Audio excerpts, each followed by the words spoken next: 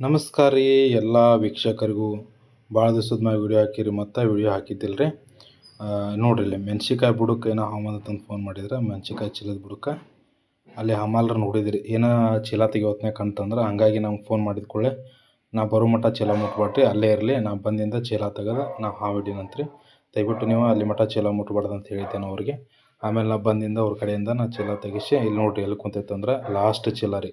ಅಷ್ಟು ಚೀಲ ತೆಗೆದಿಂದ ಲಾಸ್ಟ್ ಚೀಲದ ಬುಡಕ್ಕೆ ಹಾವು ಕುಂತಿರ್ತೈತೆ ರೀ. ಯಾವ ಹಾವು ಅಂತಂದು ನೋಡ್ರಿ ನಿಮ್ಗೆ ಕಾಣ್ತೈತಿ, ಗೊತ್ತಾಕೈತೆ ತಡ್ರಿ. ಈಗ ಈ ಚೀಲದ ಬುಡಕ್ಕೆ ಮಿಚಿನ್ಗೆ ಒಂದು ಐತ್ರಿ ಇಲ್ಲೇ.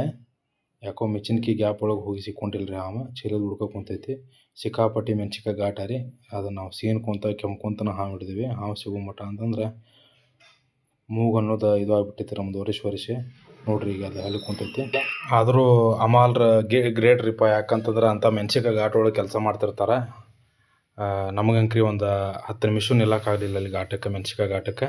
ಆದ್ರೂ ಹಂಗೋಟ್ಟು ಹಿಂಗೋಟ್ಟು ಹಾವು ರಕ್ಷಣೆ ಮಾಡ್ಕೊಂಡು ಹೊರಗೆ ಬಂದಿರಿ. ನೋಡ್ರಿ ಇಲ್ಲಿ ಎಲ್ಲಿ ಕುಂತೈತೆ ಹಾವು ಅಂತಂದ್ರೆ ನಾಗರಾವ್ ರೀ. ಹಾವು ಗ್ರೇಟ್ ಬಿಡ್ರಿ. ಮತ್ತು ಮೆಣ್ಸಿಕಾಯಿ ಚೀಲದ ಬುಡಕ್ಕೆ ಕುಂತೈತೆ ಅಂತಂದ್ರೆ ನೋಡ್ರಿ ಎಲ್ಲಿ ಐತೆ ಅದು ಹಾವು.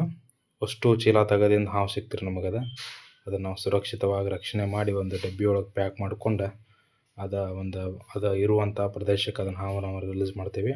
ನೋಡ್ರಿ ಭಾಳ ದೊಡ್ಡದಿಲ್ಲ ರೀ ಹಾವು, ಒಂದು 3 ಫೂಟ್ ಏನೋ ಇತ್ತು ಮೇ ಬಿ ಅಷ್ಟ. ನೋಡ್ರಿ ಭಾಳ ಡೇಂಜರ್ ಹಾವು ರೀ ಇದು ನಾಗರಾವ. ದಯವಿಟ್ಟು APMC ಒಳಗೆ ಕೆಲಸ ಮಾಡುವಂಥ ಎಲ್ಲ ಹಮಾಲ್ರಿಗೆ ನಾನು ರಿಕ್ವೆಸ್ಟ್ ಮಾಡ್ಕೊತೀನಿ, ನಿಮಗೆ ಹಾವು ಏನಾರ ಕಾಣ್ತಪ್ಪ ಅಂತ ದಯವಿಟ್ಟು ಅಲ್ಲಿ ಕೆಲಸ ಮಾಡೋಕೆ ಹೋಗ್ಬೇಡ್ರಿ. ಅದು ಹಾವು ಹಿಡಿದು ಕರೆಸ್ರಿ. ಯಾಕಂದ್ರೆ ಅದ್ರ ಬಗ್ಗೆ ತಿಳಿಲಾರ್ದ ನೀವು ಹಿಡಿಯೋಕೆ ಹೋಗ್ಬೇಡ್ರಿ. ಭಾಳ ರಿಸ್ಕ್ ಇರ್ತೈತೆ. ಯಾಕಂದ್ರೆ ಕೆಲವೊಬ್ಬರು ಹಮಾಲ್ರು ನಾವು ಅಲ್ಲಿ ಕೇಳೇವಿ, ತಾವೇ ಹಿಡಿಯೋಕೆ ಪ್ರಯತ್ನ ಮಾಡ್ತಾರಂತ. ದಯವಿಟ್ಟು ಅಮಾಯಕವಾಗಿ ಜೀವ ಕಳ್ಕೊಬೇಡ್ರಿ. ಅದನ್ನು ನಾವು ಡಬ್ಬಿ ಒಳಗೆ ಪ್ಯಾಕ್. ಈ ಅಮ್ಮ ಅಂಕ್ರಿ ಅದರವಳ್ರಿ ಈಕೆ. ನಾ ಹಾವು ಹಾಕಿ ಏನೋ ಡಬ್ಬೆ ಹಾಕಿದ ಕೂಡಲೇ ಓಡಿ ಬಂದ್ಬಿಟ್ರಿ. ಯಾಕೆ ಕೈ ಬಿಟ್ಟರೆ ಆಕೆನ ಹಾವು ಹಿಡಿತಿಲ್ಲ ಅನ್ಸುತ್ತೆ ರೀ ಅಮ್ಮ. ಯಾಕಂದ್ರೆ ಹಂಗೆ ಮಾಡತ್ತಿದ್ಲ ಆಕೆ ಅವಾಗ. ಧೈರ್ಯ ಐತೆ ಅಮ್ಮಗೆ. ಥ್ಯಾಂಕ್ ಯು ರೀ.